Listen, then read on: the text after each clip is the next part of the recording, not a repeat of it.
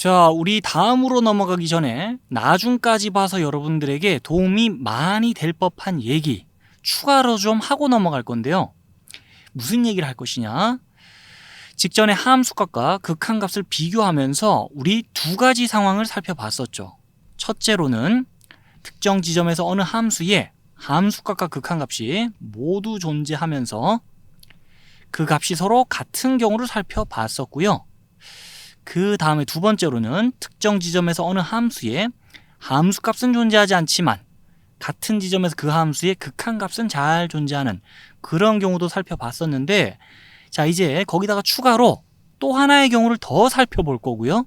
구체적으로는 특정 지점에서 어느 함수에 함수값과 극한값이 모두 존재하는데 그 와중에 이때와 다르게 그 두 값이 서로 다른 경우를 좀 볼 겁니다. 그렇게 지금 말하는 총 3가지의 상황, 3가지의 경우를 제가 보여드리는 예시와 함께 여러분들이 잘 한번 쭉 이해를 해 둔다면 지금 공부 중인 함수의 극한이란 단원을 공부하면서 뿐 아니라 이 뒤에 이어질 함수의 연속이란 단원을 공부할 때도 자, 여러분들에게 크게 도움이 많이 될 것이고, 지금부터 하는 얘기도 좀 귀담아 잘 들어주시면서 자, 이제 이 함수식 보면서 본론으로 좀 들어갈게요. 자, 이 함수식을 보면요, 식이 적혀있는 형태가 좀 당황스럽죠. 지금부터는 이런 함수를 좀 자주 보게 될 텐데, 물론 지금까지도 여러분들이 열심히 공부를 해왔다면 이런 함수를 종종 볼 일이 있었겠지만 어쨌든 지금부터 이런 함수 자주 볼 거고, 자, 함수식을 보면요, 이 함수는 x의 값이 1일 때는 함수의 값이 1로 정의되고 x의 값이 1이 아닐 때는 함수의 값이 이 식에 따라 정의되는 x의 값에 따라, 즉 구간에 따라 자, 다르게 정의된 함수예요. 우리 이런 함수를 보고 구간에 따라 다르게 정의된 함수 또는 구간별로 정의된 함수라고 부르거든요. 뭐 어찌됐든 자, 이 함수식을 보면서 이 함수의 그래프를 그리자면 그래프가 이렇게 그려지는데, 그래프가 왜 이렇게 그려지는지도 한번 이해를 해볼까요? 함수식 다시 봅시다. x가 1일 때는 이 함수의 값이 그냥 1로 결정되죠. 그래서 이 함수의 그래프에는 점 1,1이 딱 찍혀 있습니다. x의 값이 1일 때 이 함수의 값은 무조건 1로 결정되니까요. 자, 그리고 나서 x가 1이 아닐 때는요, 그냥 이 함수는 x 플러스 1이라는 1차 함수하고 같은 함수예요, 이때는.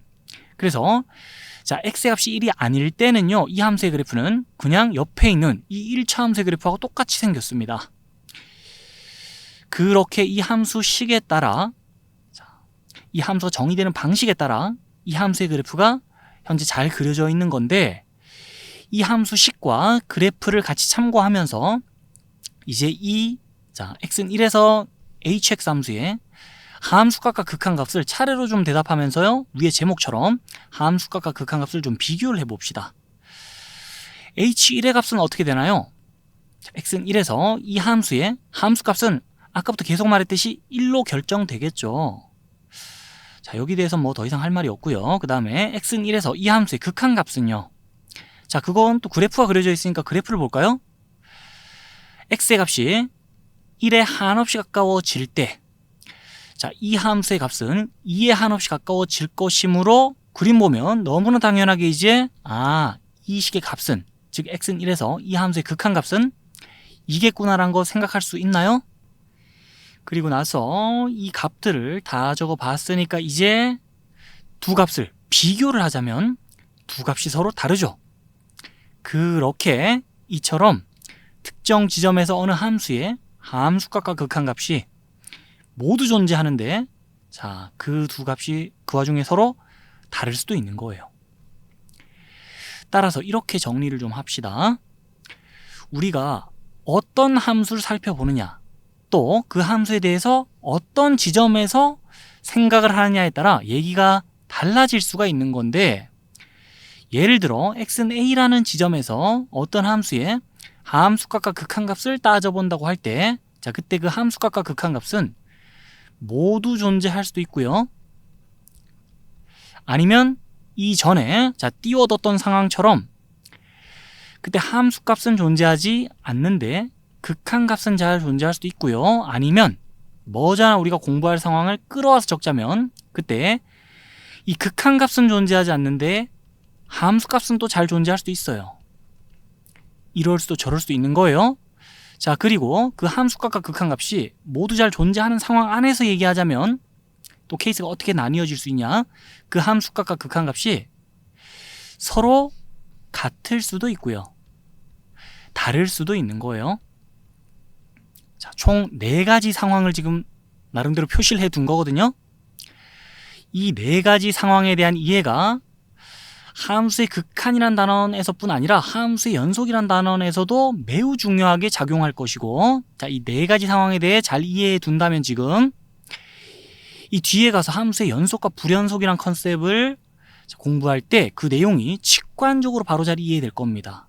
그래서 뭐 이럴 수도 저럴 수도 있다는 얘기를 지금 한번 나름대로 잘 한번 들어두시고, 근데 우리가 함수의 극한이라는 주제를 공부한 지도 얼마 안 됐잖아요, 사실. 그래서 자, 지금 단계에서는 이런 얘기는 한번 들어도 돼. 너무 복잡하게 생각할 거 없이. 자, 지금 단계에선 또 이 내용을 어떻게 정리하면 되냐? 지금은 심플하게 이렇게 정리합시다.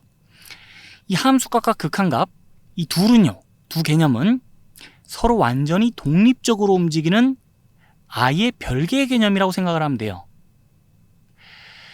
느낌이 이런 느낌이죠. 얘는 해당 지점만 보고 대답하는 값이고, 얘는 해당 지점은 자, 볼 필요가 없고 그 해당 지점의 좌우, 해당 지점의 근처만 보고 대답하는 값이다. 그런 느낌으로 둘의 차이를 확실히 인지하면서, 자, 이 함수값과 극한값의 비교에 대한 얘기는 이 정도로 마무리를 지을 건데, 제가 정말 열심히 설명을 했는데 여러분들은 이 두 개념이 이제 헷갈리지 않고 뭔가 두 개념에 대해 잘 이해가 되고 있나요? 자, 이 정도 얘기하고 이 다음 주제로 이제 넘어가도록 합시다.